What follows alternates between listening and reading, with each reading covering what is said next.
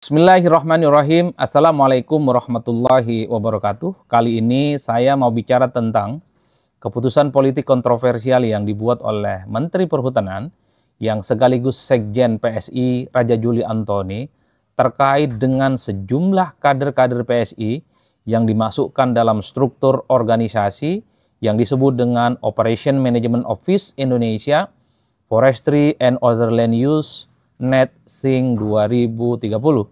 Ini adalah struktur organisasi kalau disingkat dengan Omofolu NETSING 2030. Apa yang kemudian membuat kontroversial?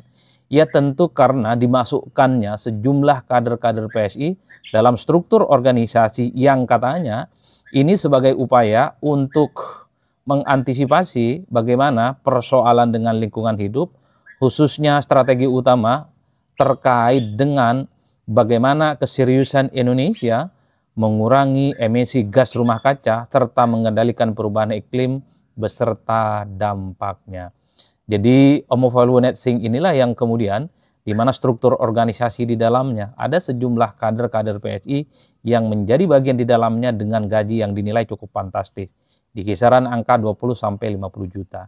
Ini yang kemudian menjadi bulan-bulanan belakangan ini karena saya kira beberapa aspek yang kemudian diperbincangkan karena tentu di tengah upaya efisiensi yang ingin dilakukan oleh pemerintah khususnya Prabowo Subianto sebagai presiden, tapi di sejumlah kementerian ada struktur organisasi yang justru ini membengkak dan tentunya ini akan membebani APBN kita di masa-masa yang akan datang. Berbagai kalangan sudah mulai merespon ya, misalnya politisi Golkar Pak Firman Subagio mengatakan ini tentu layak untuk dijelaskan kepada publik ya, soal masuknya sejumlah kader PSI dalam struktur Volunet SING 2030 itu didasarkan atas apa? Bukankah mengurus terkait dengan emisi karbon ya, supaya bagaimana terkait dengan lingkungan hidup di masa yang akan datang, terkait dengan perhutanan di masa-masa yang akan datang.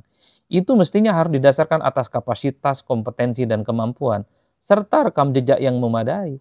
Bukan didasarkan atas misalnya kesamaan partai, bukan hanya didasarkan atas kesamaan-kesamaan kepentingan politik. Sejumlah pihak sudah mulai bereaksi.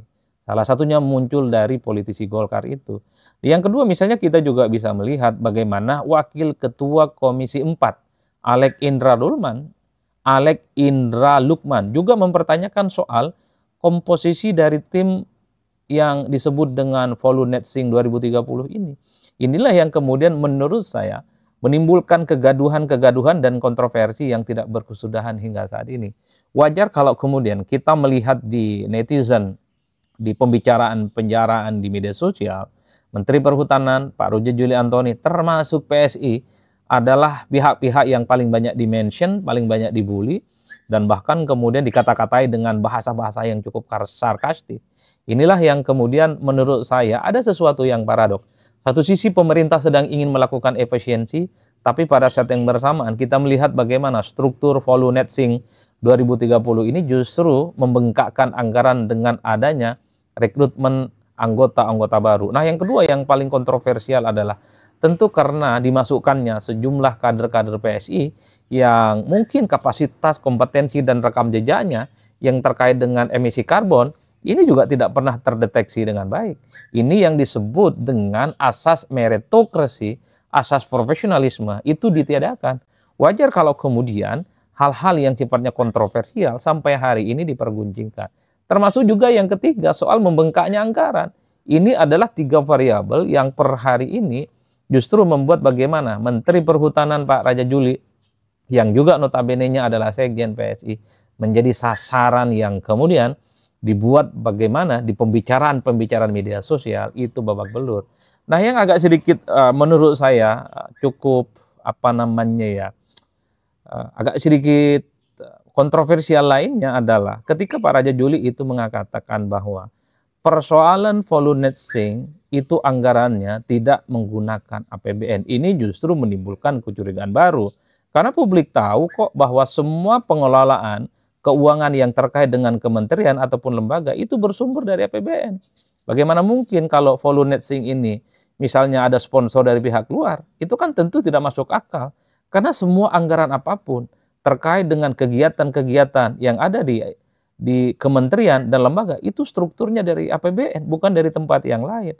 Oleh karena itu, APBN itu bersumber dari pendapatan negara, termasuk hutang ataupun hibah, yang kemudian donornya itu adalah berasal dari uang rakyat dan berasal dari uang negara. Justru ini agak sedikit mencurigakan kalau anggaran kementerian itu dibiayai oleh pihak-pihak sponsor, dibiayai oleh pihak-pihak eksternal dari kementerian. Ini bisa masuk gratifikasi, ini bisa masuk dalam kategori suap yang mestinya harus hati-hati. Artinya apa? Pernyataan dari Pak Menhut yang mengatakan bahwa terkait dengan pendanaan volunteering, struktur organisasi yang dibuat ini, kalau itu betul menggunakan dana di luar kementerian dan lembaga, tentu ini akan menjadi sesuatu yang mungkin akan dianggap sebagai sebuah temuan. Karena publik taunya segala sesuatu yang terkait dengan kegiatan yang dilakukan oleh kementerian, yang dibuat oleh kementerian lembaga, itu semuanya bersumber dari APBN. Dan tidak boleh dan bahkan haram hukumnya, misalnya menggunakan dana-dana dari pihak luar. Oleh karena itu, sikap dan respon dari Pak Menhut, Pak Raja Juli, yang mengatakan bahwa pendanaan volunteering, organisasi volunteering 2030 ini yang berasal dari pihak luar, itulah yang kemudian menambah bagaimana perbincangan terkait dengan struktur organisasi baru di Kementerian Perhutanan sampai hari ini, itu sangat luar biasa gaduh dan menimbulkan kontroversi yang tidak berkesudahan. Jadi dalam konteks itulah yang ingin saya simpulkan adalah kenapa kemudian Menteri Perhutanan ini jadi buli-bulian? Ya karena ini sangat paradok dan kontraproduktif dengan upaya efisiensi yang ingin dilakukan oleh Prabowo Subianto. Yang kedua, publik kan juga tahu bahwa PSI itu adalah partai politik yang sejak awal dakwah politiknya adalah melawan nepotisme dan politik dinasti. Tapi kita juga tahu bahwa dengan memasukkan kader-kader PSI yang ada dalam struktur volunteering ini kan secara otomatis bisa disebut sebagai nepotisme. Karena ada orang-orang yang kemudian terafiliasi satu partai yang kemudian menjadi alasan utama untuk menjadi bagian struktur organisasi di dalamnya. Kemudian tentu yang ketiga adalah asas meritokrasi.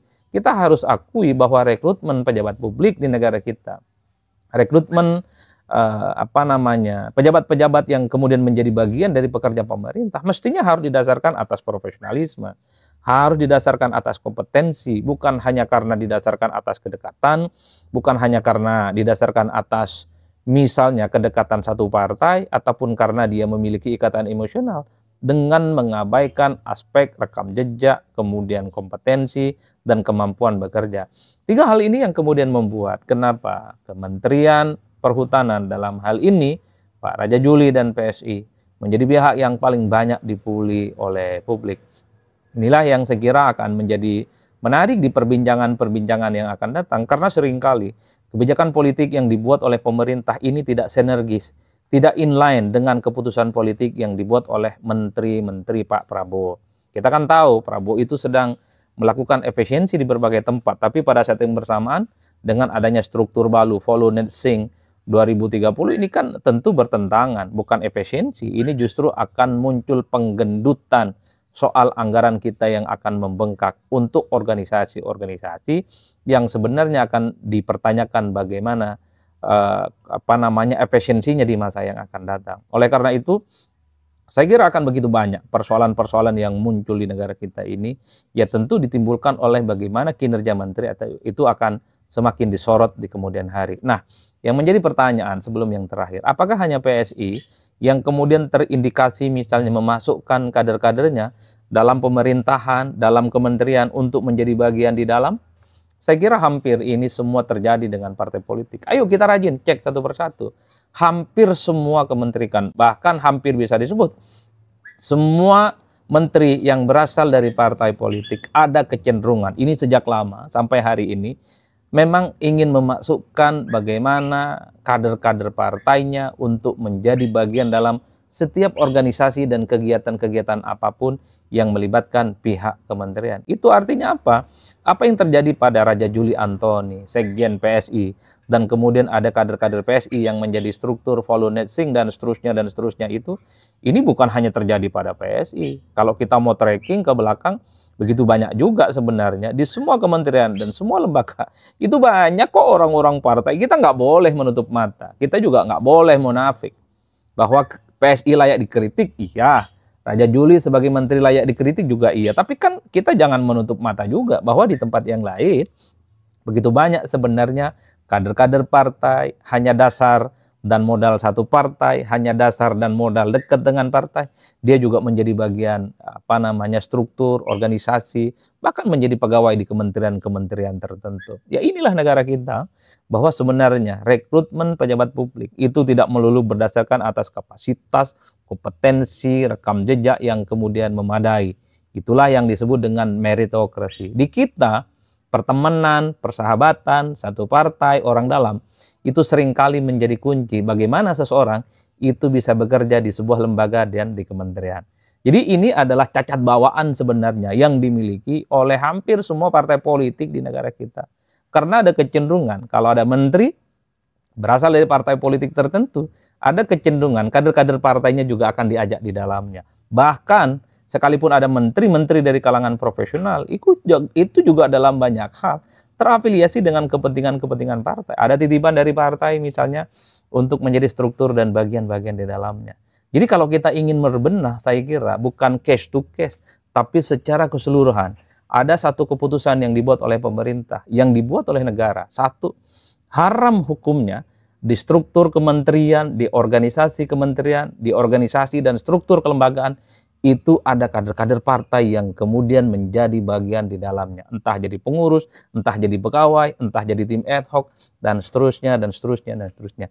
Jika itu yang dilakukan, maka Indonesia, birokrasi kita yang profesional, birokrasi kita yang bekerja untuk kepentingan rakyat, bukan untuk kepentingan golongan, itu pasti ditegakkan di atas segala-galanya.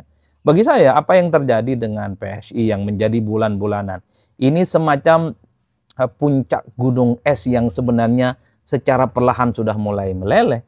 Karena sebelumnya publik juga tahu, karena begitu banyak kader-kader partai yang masuk kementerian, yang masuk kelembagaan tertentu, yang menjadi bagian dari unsur pemerintahan, itu sekali lagi bukan atas dasar kapasitas, bukan atas dasar kompetensi, tapi atas dasar kedekatan dan kesamaan partai politik. Inilah negara kita yang harus kita terima dengan lapang dada. Bagaimana solusinya? Bikin keputusan, bikin kebijakan yang mengatakan bahwa haram hukumnya orang partai, kader partai menjadi bagian dari kementerian dan lembaga-lembaga tertentu yang menggunakan dana-dana dari APBN. Saya kira